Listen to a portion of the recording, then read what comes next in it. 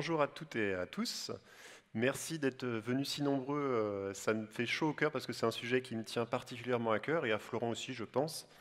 Donc on se présente. Moi, je suis Hervé Bougontier, je suis formateur à ENI École Informatique. Et voici donc. Bonjour à tous. Florent Lévesque, donc je suis actuellement depuis le mois d'avril dernier en formation à l'ENI École Informatique en tant que développeur web et web mobile. Et dans le cadre de mon stage de fin de formation, je suis actuellement donc en stage au sein de la société Digital for Better. Donc tout d'abord, un grand merci aux organisateurs du DevFest de nous donner cette opportunité. Et on va rentrer tout de suite dans le vif du sujet. Tous ceux qui espéraient un blind test musical, je suis désolé, ce ne sera pas le cas. C'était un petit jeu de mots. On va plutôt parler effectivement accessibilité.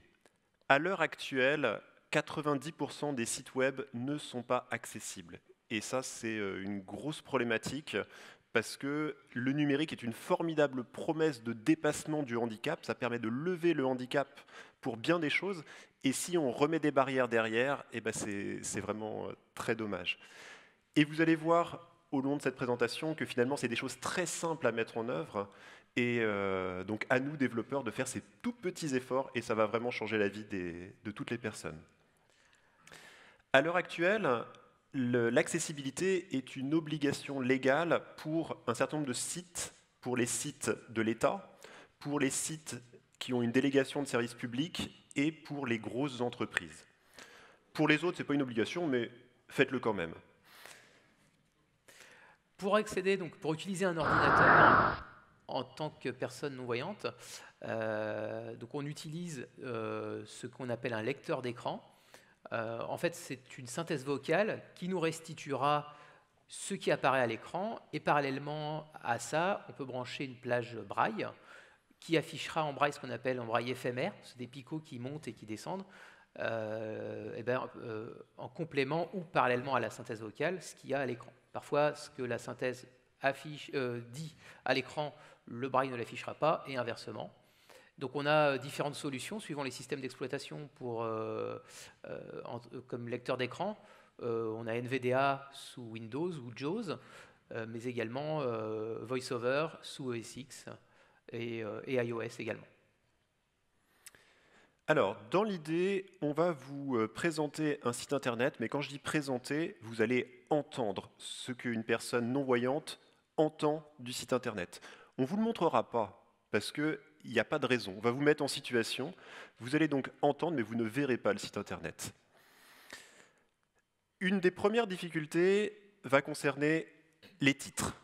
Donc là, on va aller sur le site internet, on va lancer la synthèse vocale, donc c'est NVDA qu'on utilise, et puis donc vous allez entendre la restitution, et donc Florent va naviguer sur le site et va commencer à explorer la page petit à petit. Contribuer à préserver le climat quand on est développeur en 2020, cette astuce. Alors, lorsque j'arrive sur un site internet, par exemple, sur une page web, par exemple, via une recherche Google, moi, personnellement, très souvent, ce que je fais, c'est que je vais chercher le contenu principal de la page, donc l'information finalement que je recherche, en utilisant les titres, puisque ce sont eux qui introduisent le contenu principal d'une page, par exemple.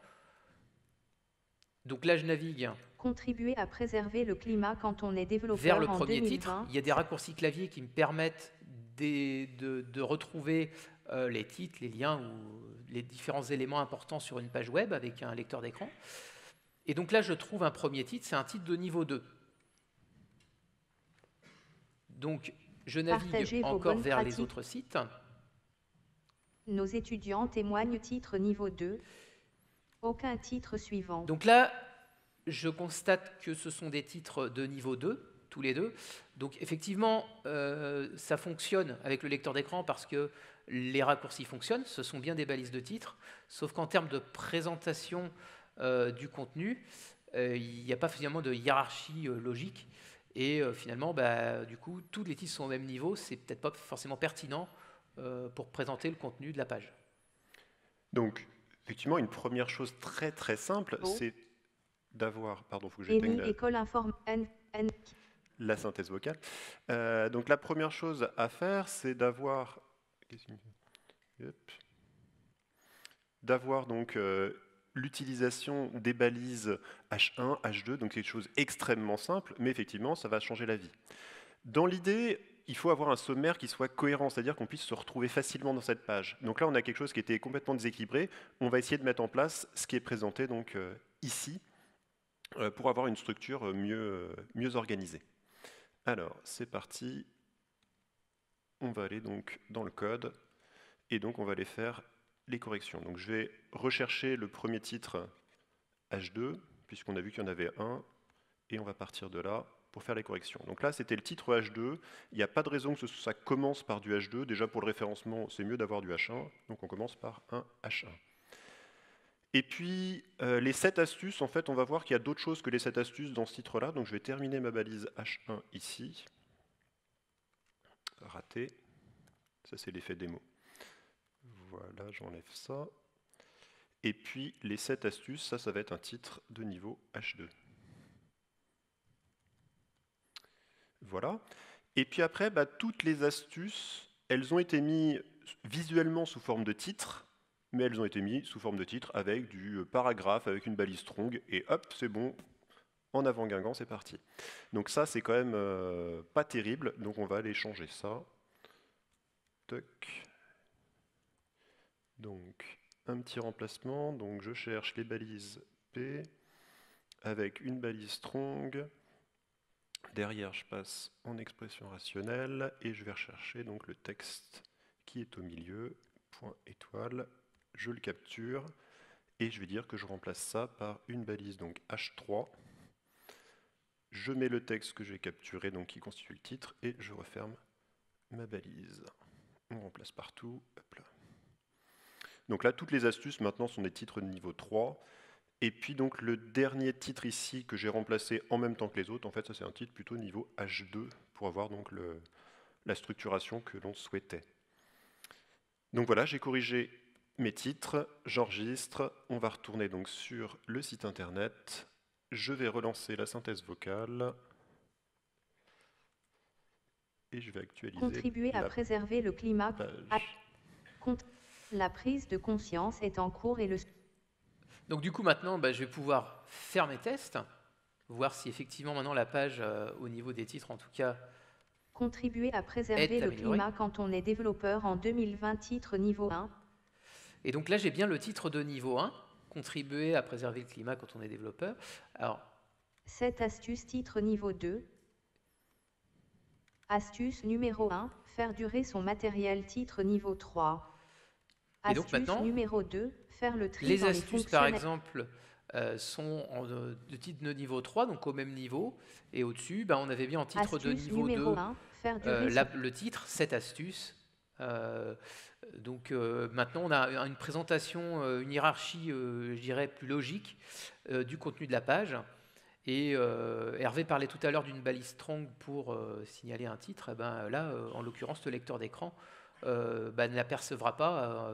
Là, pour le coup, je la vois pas quand elle est. Donc, il faut bien utiliser les titres pour le contenu d'une rubrique spécifique. Pensez à bien utiliser les titres. Alors, on va la création d'un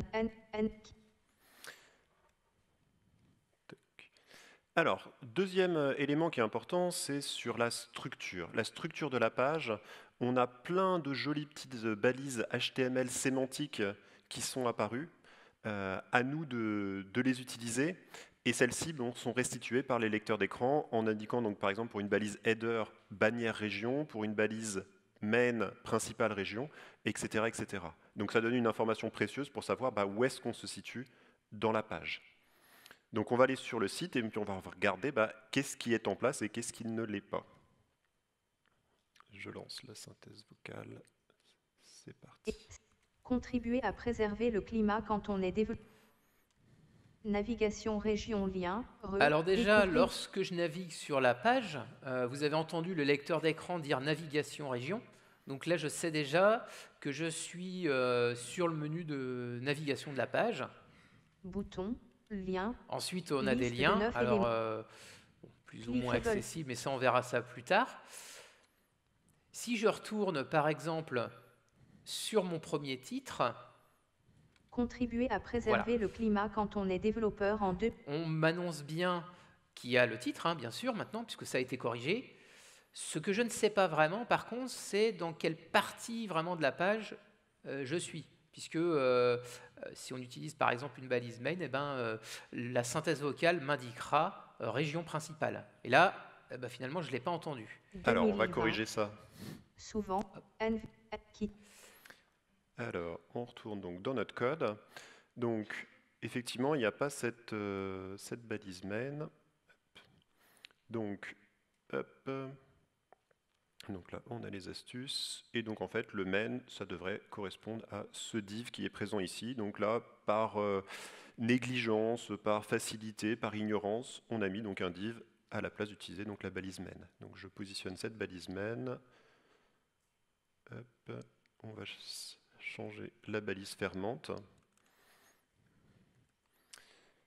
On se rend compte au passage que les témoignages, ce n'est pas en rapport direct avec ce qu'il y a dans la page. C'est quelque chose qui est connexe. Donc là, ce serait plutôt du aside que l'on aurait intérêt à utiliser.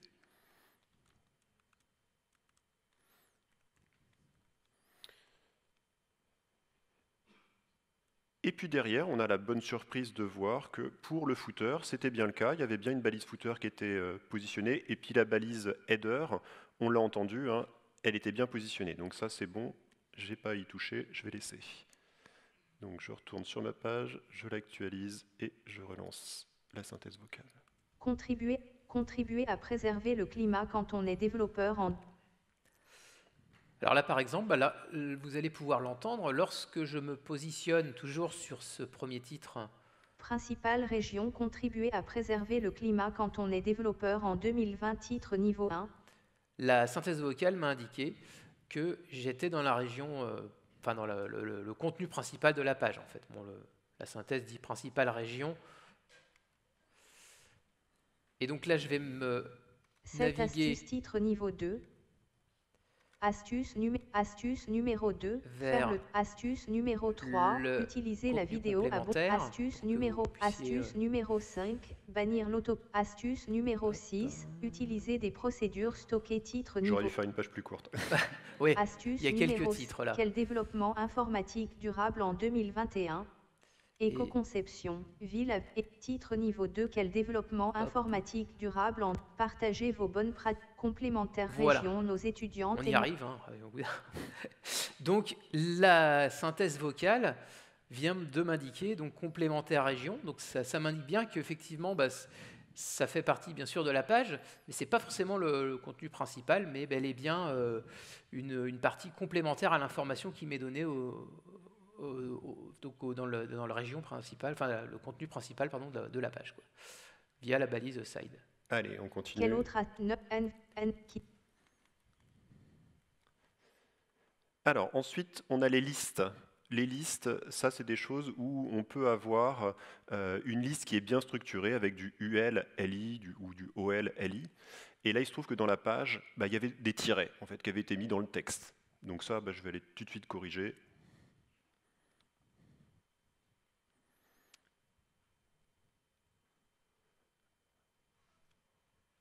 Alors, mes tirets, ils sont où? C'est avant. Donc, astuce numéro 3, c'est ici. Là, gentiment, ils ont mis des tirets pour dire, voilà, il y a ceci, cela. Autant utiliser une liste, c'est bien plus accessible.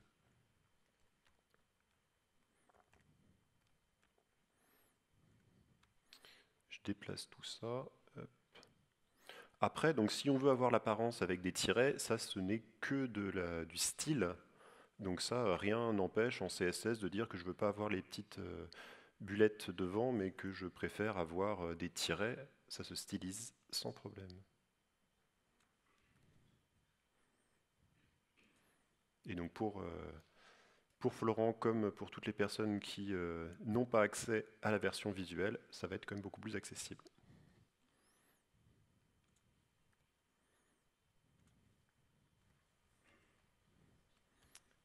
Hop, on enregistre. On retourne ici. J'actualise la synthèse vocale. C'est parti. Faire le tri dans les fonctionnalités. Et donc, sur cette astuce numéro 3, C'est ça. hop, Cette tac, astuce titre niveau 2. Astuce numéro 1. Ouais. ENI École informatique visiter lien. Herve Bois-Gontier. Qu'est-ce que j'ai fait? Quel développe astuce numéro 6. Astuce numéro 3. Voilà.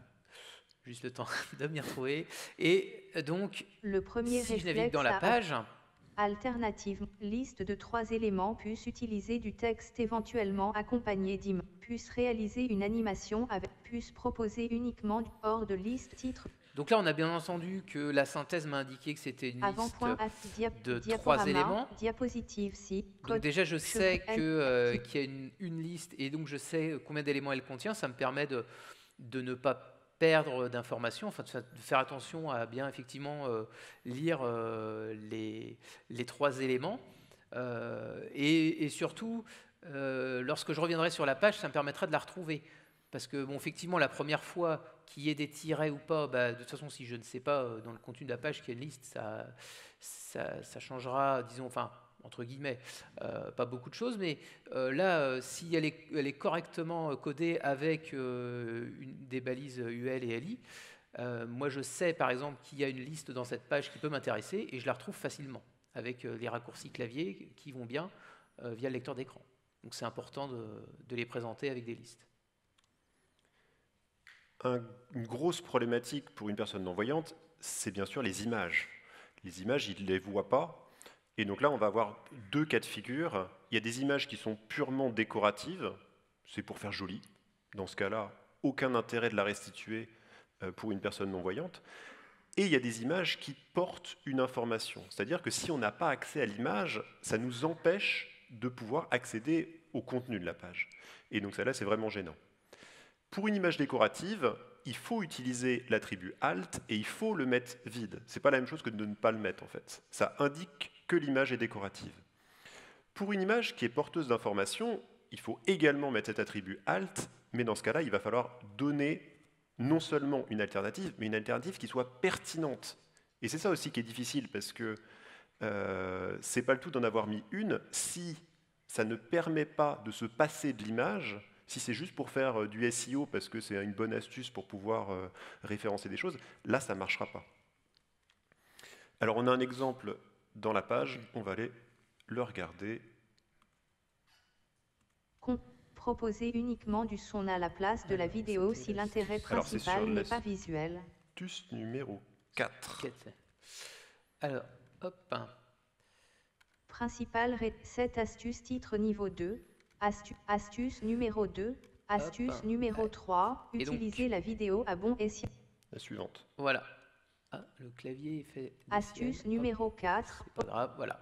Donc là, on est sur l'astuce numéro 4. Si la vidéo est essentielle, la vidéo, est-il nécessaire d'avoir une vidéo? Regardez sur un écran. Il est possible de l'utilisateur. Graphique code source. Ce que vous venez d'entendre, alors en plus pour un développeur, par exemple non-voyant, qui peut s'intéresser au code source qui est présenté, c'est horrible. Parce qu'en fait, je viens d'entendre graphique code source. Donc là, tant pis pour moi. Donc du coup, le souci, c'est que le code est bien dans une image, il y a une alternative, mais elle dit juste code source, et en fait, du coup, ce code source n'est pas du tout accessible pour le coup. Alors on va le rendre accessible. Donc, si on regarde donc, cette astuce numéro 4, il y a effectivement le code source qui est sous forme d'une image, et puis comme alternative, code source. Donc ça ne va pas du tout. On va enlever. Et puis, on pourrait mettre une alternative, mais dans ce cas-là, il faudrait vraiment remettre tout le code source dans l'alternative, histoire qu'elle soit accessible. Mais une autre possibilité qui serait encore mieux, finalement, c'est de mettre directement le code sous forme de texte. Comme ça, on peut le copier-coller, on peut le récupérer plus facilement. C'est là où on se rend compte que l'accessibilité, on va le faire pour Florent, mais aussi pour nous-mêmes. D'accord ? Ça sert à tout le monde, en fait. Alors, j'ai un tout petit peu triché, là, le code source. Je ne vais pas tout le retaper, j'ai été fainéant. Donc, je le reprends pour le remettre dedans.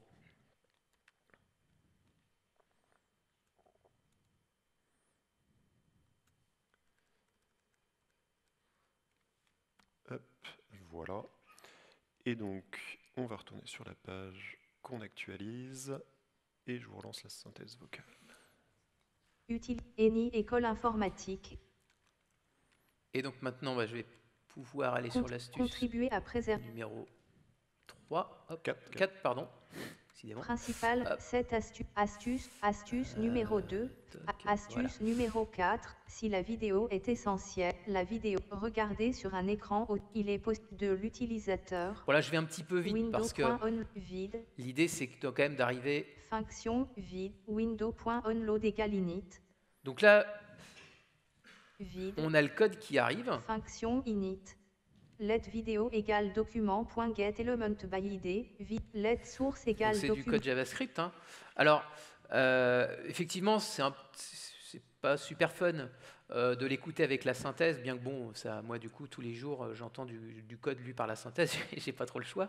Mais j'avoue que pour lire le code attentivement, je préfère le braille. C'est là où le braille est important parce que il y a par exemple des informations que la synthèse ne communiquera pas. Une accolade, par exemple, NVDA me la dira pas. Ou alors il y a peut-être une configuration à faire, je ne sais pas. Mais donc le braille a quand même son importance, notamment pour lire du code. Si la NVDA qui. Et donc là, il est parfaitement accessible. Et puis en plus, tout le monde peut le copier-coller si besoin aussi. Ce qui n'était pas le cas avec l'image. Une autre grosse problématique pour une personne non-voyante, c'est les liens vides. C'est-à-dire, on arrive sur un lien, et en fait, il nous dit juste « lien », et c'est tout. Ou éventuellement, il va lire l'URL, mais on ne sait pas du tout où ça nous mène. Et donc ça, c'est vraiment gênant. Alors, on va aller regarder ce que ça donne déjà sur la page. Contribuer à préserver le climat quand on est développeur en 2020, cette astuce, ENI école. Alors, retour navigation, au menu navigation, là, du coup. Bouton. Lien. Et là, eh bien, vous avez entendu la synthèse me dire lien. Et en fait, le lien, du coup, je ne sais pas ce qu'il fait. Il est possible. Alors, quand il y en a quelques-uns, on peut faire des tests. Enfin, comme ça, on peut faire un test. Il y a même un bouton là où la synthèse me dit juste bouton. Sauf que s'il y en a 50 dans un menu, il faut changer de site là pour le coup, parce que c'est pas du tout accessible. Voilà, donc là, c'est du blind clicking. On va cliquer au hasard sans savoir où on clique. Donc ça, il faut absolument aller corriger ça. Hop. Donc, c'est ici, on a donc un bouton où dedans il y a une petite fonticône. Donc ça, pour quelqu'un qui la voit, parfait. Par contre, pour une personne qui ne la voit pas, elle ne saura pas. Donc là, on peut utiliser du ARIA Label. Visuellement, ça ne change rien. Par contre, pour une personne non-voyante, ça permet d'avoir cette restitution vocale. Donc là, ça c'est le bouton pour le menu. Donc je vais mettre menu. Et puis donc pour le lien qui est juste en dessous, pareil, il y a une petite fonticône qui est utilisée. Je vais utiliser donc du ARIA Label.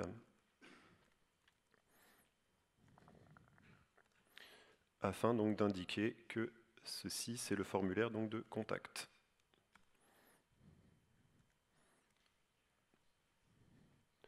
On retourne sur la page, et donc là, vous allez voir que ça va être beaucoup mieux. Alors, pardon, j'ai pas contribuer à préserver le climat quand on est développeur. Donc là, quand je retourne sur le menu de navigation, vous allez pouvoir entendre. Navigation région, bouton menu. Bouton menu. Donc là, la synthèse m'a dit bouton menu, donc je sais que c'est un menu. Lien contact. Et contact pour le lien. Donc là, pour le coup, j'ai l'information. Je sais que c'est un lien de contact, par exemple, qui me permettra d'envoyer peut-être un email, de remplir un formulaire de contact ou autre, n'importe, mais je sais à quoi va me servir ce lien, du coup, pour ma navigation. Si la vie... Vous pouvez vérifier très facilement tous vos liens si vous utilisez NVDA, donc n'hésitez pas à l'installer, c'est open source, c'est gratuit. Avec un petit insert F7, vous pourrez voir tous les liens de la page et voir est-ce qu'ils ont bien un titre ou pas. Une autre problématique classique, c'est les formulaires. Compléter un formulaire pour nous, déjà, c'est pas drôle. Mais alors mettez-vous à la place d'une personne qui a une déficience quelconque, que ce soit la non-voyance ou que ce soit d'autres déficience, c'est extrêmement compliqué de compléter un formulaire. Donc à nous de faire bien attention en tant que développeurs, de faire en sorte que ces formulaires soient accessibles. Alors on va voir un exemple de formulaire qui ne l'est pas accessible. Contribuer à préserver le climat quand on est développeur en deux. Alors là, pardon, j'avais pas allumé mon micro. Voilà, là, bon, je vais tricher, je sais qu'il y a le formulaire. Principale région pseudo, J'ai un obligatoire. raccourci clavier qui me permet d'aller directement sur les différents champs d'édition de formulaire. Donc là, je me suis positionné sur le formulaire. Je me mets ce qu'on appelle en mode formulaire. Désolé pour le petit bruit, c'est NVDA qui vient de le faire. Et là, quand je suis arrivé sur le formulaire, la synthèse m'a indiqué pseudo. Donc je sais que je dois remplir mon pseudo. Je passe au champ suivant avec, par exemple, là, la touche tabulation. Édition multiligne vide. Et là, la synthèse vient de me dire édition multiligne vide. Ok, bah, c'est bien tout ça, mais moi, qu'est-ce que je marque? Alors, effectivement, moi, j'ai l'habitude un petit peu, donc ce que je fais, je peux sortir du mode formulaire et voir s'il n'y a pas un label en dessous ou au-dessus et qui m'indiquera à quoi correspond cette zone de saisie. Mais ça me fait perdre du temps, parce que du coup, remplir un formulaire, comme le disait Hervé, c'est pas toujours, pas toujours marrant. Des fois, on n'a pas forcément le temps, mais on veut le faire. On va prendre un peu de temps pour remplir leur formulaire. Et puis, en fait, on y perd du temps. Alors là, faire durer son matériel, case à cocher, non coché. Je poursuis. J'ai différentes cases à cocher. Elles sont bien labellisées, mais en fait, je ne sais pas à quelle question elles correspondent. Faire le tri dans les fonctionnalités développées. Utiliser la vidéo à bon escient. C'est toutes ces petites choses-là qu'il va falloir corriger. Voilà. Allons-y. Ah non. Tac. Alors, on retourne sur le code. On va aller donc dans la partie formulaire. Tac. Les astuces. Hop, c'est ici. Alors, le premier, effectivement, on a bien utilisé un label avec l'input. Ils sont bien associés l'un à l'autre. Ça, c'est très bien. C'est ce qu'on vous a appris à faire dans vos centres de formation. Faites-le. Et effectivement, sur la deuxième, c'était pas fait, c'était un simple paragraphe. Donc, on va le faire. Donc, un petit label fort et on va dire astuce. Et puis, donc, je vais mettre un ID qui correspond sur ma zone de texte.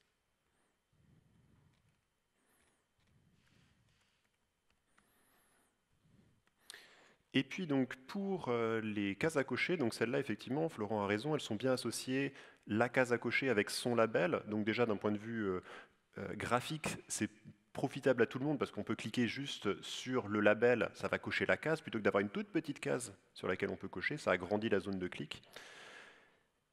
Mais par contre, effectivement, pour une personne non-voyante, on ne sait pas à quelle question est-ce qu'on répond. Donc on sait les propositions, mais on ne sait pas à quoi. Donc là, pour le coup, on va utiliser field set qui permet de grouper des éléments et en légende, on va donc positionner la question.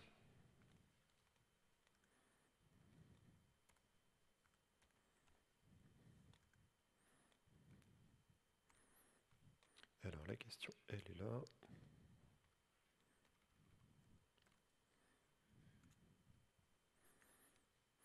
Et puis donc, on va mettre tout ça donc dans le field set.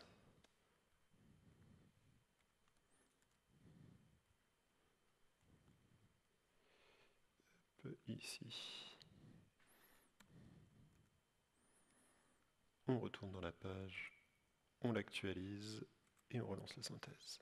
Ah non, contribuer à préserver le climat quand on est développeur. Alors je retourne sur le formulaire. Hop. Principale région pseudo, obligatoire. Donc le pseudo, ça n'a pas changé, il était bien lié à son label, donc il n'y a pas de souci. Quelle autre astuce souhaitez-vous partager? Parmi les astuces de cet article, quelles astuces avez-vous déjà mises en place? Faire durer son matériel. Alors, parmi les astuces, quelle autre astuce souhaitez-vous partager? Parmi les astuces de cet article, quelles astuces avez-vous déjà mises en place? Faire durer son matériel, faire le tri dans les fonctionnalités développées pour une application ou un site, utiliser la vidéo à bon escient, optimiser ses vidéos. pseudo, obligatoire. Quelle autre astuce? En fait, là, il y a... 0. J'ai fait une bêtise. Quelle autre astuce? C'est peut-être l'effet démo, mais il y a effectivement... Hop, je vais juste vérifier. Aucune partager. Je vais vérifier mon code, je vais faire une bêtise. Il y a peut-être Alors, il y a peut-être un petit... j'ai pas fermé le label. Alors, tac, tac, tac. Ah oui, exact. Bouh, que c'est moche. On voit que ça suit dans le public, merci. Voilà, je corrige, ça devrait être mieux. J'actualise et je vous remets la synthèse. Contribuer à préserver le climat quand... Donc, Principale région pseudo, principale région. Quelle autre astuce souhaitez-vous partager? Édition multiligne 00000. ah ouais, alors ça c'est moi qui, je sais pas, j'ai dû vouloir faire un hop. Et donc là du coup le champ est bien relié à son label et du coup je sais en fait ce que je dois marquer au niveau de cette zone. Et que lorsque je continue du coup... Parmi les astuces de cet article, quelles astuces avez-vous déjà mises en place? Groupe faire durer son matériel, case à cocher, non coché. Donc là, la synthèse m'a posé la question, puisque la question qui était indiquée dans la balise Legend, et ensuite la première case à cocher. Alors c'est vrai que du coup, elle dit beaucoup de choses, hein, la synthèse, c'est un petit peu long, mais au moins là, du coup, j'ai l'information, je sais à quoi correspondent ces cases à cocher et à quoi elles vont me permettre de répondre. Parmi les astuces qui... Donc sur les formulaires, les labels associés au champ, je pense que tout le monde en est convaincu, mais c'était pour vous montrer vraiment son importance. Pourquoi est-ce qu'on le fait finalement? Le fameux pourquoi chef de ce matin. Et puis le filset légende, ça c'est quelque chose auquel on n'est pas forcément autant habitué, mais vous voyez que ça permet effectivement de bien associer la question avec donc les propositions de réponse derrière. Une autre problématique, ça va être sur la validation des formulaires. La personne, elle complète le formulaire, mais potentiellement, elle peut se tromper, ou il peut avoir des règles qu'elle ne connaît pas. Et auquel cas, il va falloir lui expliquer que le formulaire n'est pas correctement complété. Et ça, il faut se méfier, parce que de temps en temps, on a l'impression finalement qu'on a validé le formulaire, et en fait, il y a une erreur qui est apparue, mais ça, on ne l'a pas vu. Donc si on ne le sait pas, on pense que c'est fait, et en fait, ce n'est pas du tout fait. Donc, on retourne sur la page, et on va essayer de... Contribuer à préserver le climat quand on est développeur en 2020. Parmi les astuces de cet article, quelles astuces? Aucune zone d'édition suivante. Quelle autre? Aucune zone d'édition. Quelle autre astuce souhaitez-vous? Pseudo, voilà. obligatoire. Alors, je vais remplir mon pseudo. Obligatoire, édition. Mais bon, c'est bon. L. Je vais mettre juste FL, mon initiale, hein, comme pseudo, moi ça me va bien. Quelle autre astuce? Parmi les astuces, faire le tri dans les... Utiliser, optimiser ces vidéos, bannir l'auto, utiliser des... Rejoindre, envoyer vos réponses, bouton. J'envoie mes réponses. Alerte minimum 3 caractères pour le pseudo. Oh bah zut, j'ai déjà fait alors la en correction. fait, il avait déjà fait le boulot. Mince alors. Donc du coup, là, effectivement, ce qui se passait dans l'exemple, c'est que l'accessibilité n'avait pas été mise en place et du coup il se passait rien. Et donc moi je pouvais penser que le formulaire avait été correctement soumis. Mais alors bon, effectivement là c'est un petit bug du live, parce qu'effectivement j'avais déjà pris la version corrigée pour mon petit JavaScript. Effectivement, souvent quand on fait une validation, on va faire afficher le message graphiquement. Et donc, effectivement, une personne voyante va tout de suite voir qu'il y a un message qui est apparu. Là, j'ai fait en sorte qu'effectivement, on a vu que, du coup, il indique tout de suite « Ah, attention, il y a un truc qui ne va pas à cet endroit dans le formulaire » et il va nous positionner directement au bon endroit pour nous dire ce qui ne va pas. Donc ça, comment c'est fait? Donc là, j'ai un petit formulaire tout simple de validation. Et justement, qu'est-ce que j'aurais dû rajouter qui est déjà présent? La première chose, c'est celle-ci. c'est le fait de rajouter un attribut rôle avec la valeur alerte pour dire attention. Ça, c'est un élément pour lequel il y a un problème. Donc ça va mettre l'accent et le lecteur vocal, le synthétiseur vocal, va venir lire ce message parce qu'il sait que c'est un message d'alerte, un message important. La deuxième chose qui était déjà en place, c'était le fait que l'on ait associé ici le champ qui pose problème avec son message d'erreur. Ça permet à l'utilisateur, quand il arrive sur le champ en erreur, que le message d'erreur soit vocalisé en même temps. Et auquel cas, si jamais il y en a plusieurs des messages d'erreur, la personne ne va pas toutes les retenir, hein, qu'il y a eu un problème parce que sur le premier champ il y a ceci, sur le deuxième champ il y a cela. Voilà, on ne s'en sortira pas.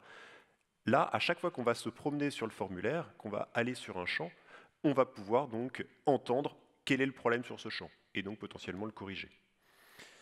Enfin, dernière petite chose que j'ai rajoutée ici, c'est le fait que je positionne le focus directement sur le champ qui pose problème.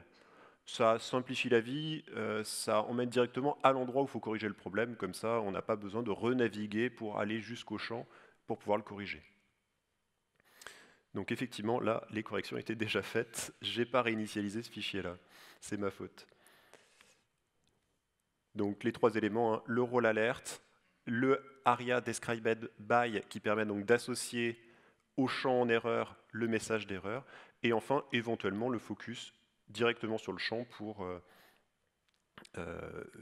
l'aider à corriger donc cette erreur. Pour conclure donc sur l'accessibilité numérique, nous, il y a vraiment quelques messages forts qu'on essaye de vous faire passer. Le tout premier, c'est vraiment que là, on a vu quelques exemples. Alors, on a essayé de prendre les exemples les plus marquants, les plus significatifs, mais ce ne sont que quelques exemples. Et aujourd'hui, on s'est concentré sur des problèmes d'accessibilité pour une personne non-voyante. Maintenant, il y a plein de types de handicap, de déficience, je devrais dire, puisque le handicap, en fait, c'est le fait de ne pas pouvoir faire les choses. Et ça, le numérique permet justement de lever ce handicap, permet aux personnes de pouvoir faire les choses. Donc il y a plein de situations qu'il faut prendre en compte. Donc les personnes non-voyantes, certes, mais aussi les personnes qui souffrent de troubles moteurs, qui vont avoir du mal à cliquer précisément sur une zone. Il va y avoir des personnes qui vont avoir des déficiences cognitives, des déficiences mentales, etc., etc. Il y a plein de choses, et à chaque fois, il existe des solutions. Dans certains cas, les solutions peuvent être très simples à mettre en œuvre. Là, on s'est concentré sur des choses, je pense que je suis formateur dans une école d'informatique, on a des débutants. Là, il n'y a pas de souci, tout ça, c'est du HTML, du CSS ultra basique. Tout le monde est capable de le faire, en fait, ces choses-là. Après, il y a des choses qui sont beaucoup plus compliquées, hein. Si on vous dit que voilà, vous faites une vidéo, il faut la traduire en langage des signes, bon, bah là, c'est sûr que c'est beaucoup plus compliqué. Mais ça, c'est du niveau d'activité top level, c'est le triple A, donc c'est les choses vraiment très spécifiques. Nous, on attend déjà que la base soit faite. Et puis donc, enfin, voilà, pour nous, ce sont vraiment des tout petits efforts dans notre vie de développeur, mais effectivement, ça change la vie des personnes de pouvoir être autonome, de pouvoir naviguer de manière autonome sur Internet et de pouvoir faire leur vie, parce qu'à l'heure actuelle, nos vies sont de plus en plus dépendantes des outils numériques.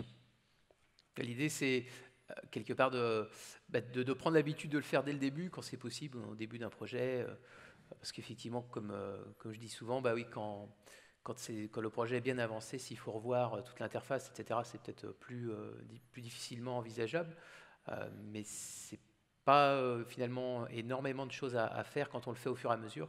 Et bien, du coup, ça permet de rendre, de proposer une accessibilité meilleure, et c'est génial, quoi, du coup.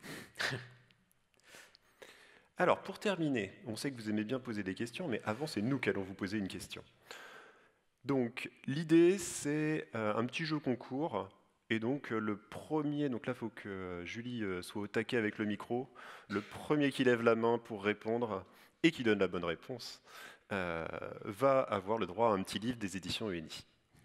Alors attention, c'est parti. Tu peux le présenter quand même, le livre. Alors il y a déjà la Ah oui, question, donc attention, j'espère que ça va fuser. Quel est le problème d'accessibilité que pose ce code et comment le corriger? Je crois que c'était là-bas. Ah, fallait être au taquet, hein, parce que là ça a été vite. Hein.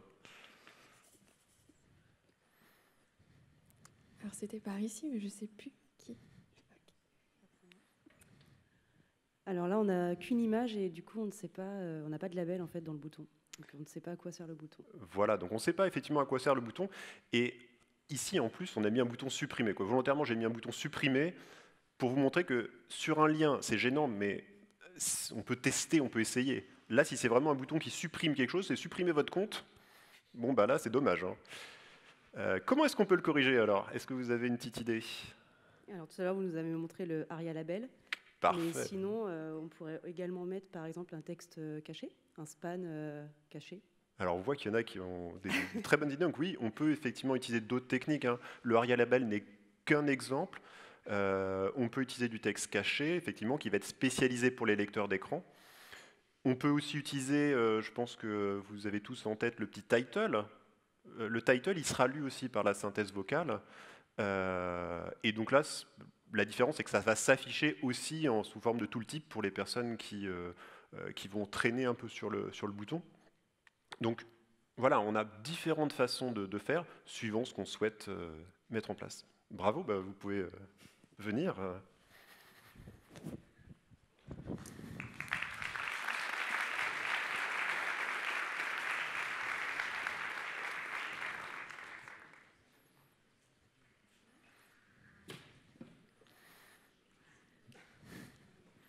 Vous pouvez l'applaudir plus fort, hein, allez-y. Hein. Bravo à vous.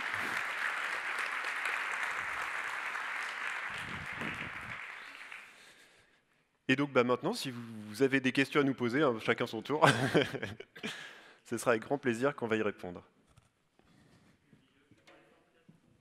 Non, parce que pour la vidéo, il vaut mieux qu'on entende ta question. Merci. Bonjour, j'ai trouvé ça vraiment top, votre présentation. Et ma question, c'est est-ce qu'il y a des sites particulièrement connus, je pensais à Amazon ou Voyage SNCF ou Facebook, en fait, qui implémentent particulièrement mal en fait, les demandes d'accessibilité, ou inversement, est-ce qu'il y a des très bons exemples qui les implémentent très bien? Alors Florent, dans votre problématique au quotidien, est-ce que vous voulez faire... En général, ceux qui le font pas bien, je les retiens pas. Non, après, j'ai pas forcément, moi, personnellement, retenu comme ça un nom un référentiel de sites comme ça qui sont très accessibles. Après, dans les sites, c'est pareil, il y a des choses qui sont en général très accessibles, d'autres qui le sont moins. Mais j'ai pas de mémoire. Peut-être Hervé, si... Alors après, moi pareil, j'aime pas non plus dire celui-là il fait mal. Par contre, dire que d'autres font bien, ça me fait beaucoup plus plaisir. Le groupe Accor, par exemple, Accor Hotel, a fait des gros efforts, par exemple, là-dessus. Donc n'hésitez pas à jeter un petit coup d'œil à leur site. Voilà, c'est un exemple, je pourrais en citer d'autres, mais celui-là, effectivement, est particulièrement bien fait.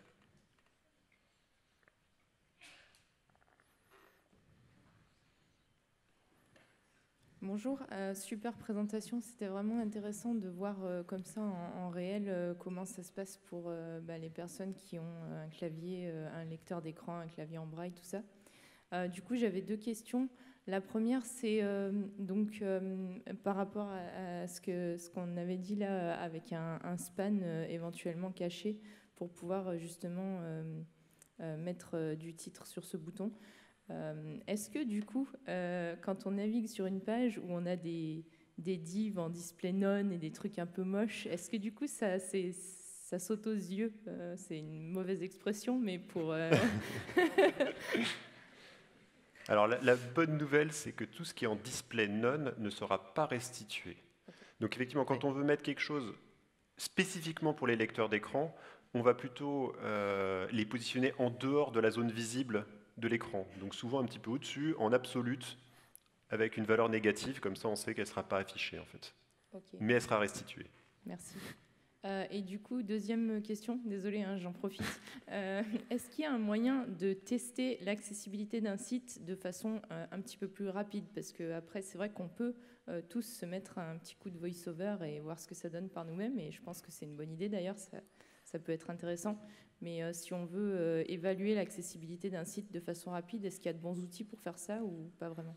Alors, ça c'est une problématique où on peut vérifier certaines choses automatiquement, mais on peut en vérifier que 1 sur 5, grosso modo, en moyenne. Donc, vous avez plein d'outils, en particulier Lighthouse, qui est plutôt bien fait et qui permet effectivement de vérifier certaines choses. Mais par exemple, on parlait de la pertinence d'une alternative à une image. Ça, alors peut-être que nos amis qui ont fait l'IA ce matin vont pouvoir nous trouver des choses pour pouvoir tester la pertinence, mais c'est très très dur. Donc ça, généralement, il faut le vérifier manuellement. Après, c'est vrai que tester soi-même l'accessibilité d'un site, de son site, le souci souvent, c'est que on risque vous risquez de vous retrouver à vous dire oh là là, bah, non, ça va pas bien se passer, une personne non-voyante s'y retrouvera pas, etc. Alors que peut-être que si, il y a peut-être des choses qui, effectivement, quand vous entendez la synthèse vous dire juste bouton, bon, là, ça va pas. Mais il y a peut-être le mieux.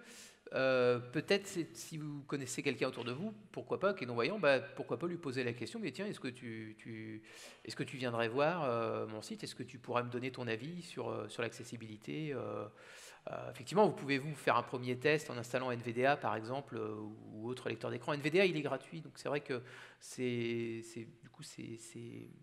je dirais assez simple de se le procurer. Et puis, il y a aussi le narrateur de Windows qui est la solution en native qui marche pas trop mal, enfin qui commence un petit peu à bien se développer. Mais NVDA est très, très bien. Et du coup, vous pouvez quand même tester, déjà, ça vous donne un premier aperçu. Mais si vous voulez être sûr, demandez une personne non-voyante ou si vous avez la possibilité de vous aider à tester effectivement l'accessibilité. Et vous aurez du coup là un retour plus vraiment dans son contexte, quoi, pour le... Ok, merci. Alors peut-être juste une dernière question très rapidement, parce qu'il reste peu de temps. Après, il n'y a pas de souci, on répondra à toutes les questions que vous voulez, on restera devant la salle s'il y en a qui ont d'autres questions.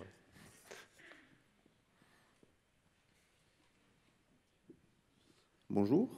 Déjà, merci pour la présentation, c'était super intéressant. Moi, j'ai une question plutôt par rapport à ton métier, du coup. Tu nous avais dit que tu étais développeur web et mobile, c'est ça? Oui, enfin la formation, c'est ça, c'est que je suis, là, oui, s'intitule développeur web et web mobile. D'accord. Là, actuellement, je suis en stage, donc de fin de formation. Et j'avais une question par rapport à ça. Est-ce que tu es exclu, du coup, par exemple, parce que j'imagine pas trop comment ça peut se passer, de faire du front-end sur un site? Parce que tu peux pas situer les éléments, tu peux pas voir le rendu de ton code? Alors, disons, exclu, non en soi, enfin, sur la partie, on va dire, purement restitution de la page. Là où ça peut être compliqué, effectivement, ça va être en ce qui concerne le respect précis d'une maquette, parce que, effectivement, déjà, je la vois pas, et les outils ne sont pas forcément accessibles. Et effectivement, le côté, ce qui est compliqué, on va dire, c'est l'interprétation quelque part du rendu, effectivement, comme tu disais, de ce que j'écris, de ce que je pourrais écrire en CSS. À partir du moment où c'est du HTML, JavaScript, il n'y a pas de souci. Mais c'est vrai qu'effectivement, écrire du code CSS, si c'est pas forcément impossible techniquement, mais par contre derrière, effectivement, ça peut être compliqué de vérifier effectivement le rendu de la page dans son ensemble, l'alignement des blocs, etc.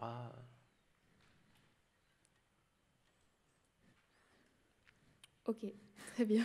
Alors, il reste que quelques secondes avant la fin de la session. Donc, ce que je vous propose, c'est de retrouver Hervé et Florent à la sortie de la conférence, si vous le voulez bien. Et puis, encore merci à vous. Et je pense encore plus d'applaudissements pour Florent qui supporte la commande vocale tous les jours.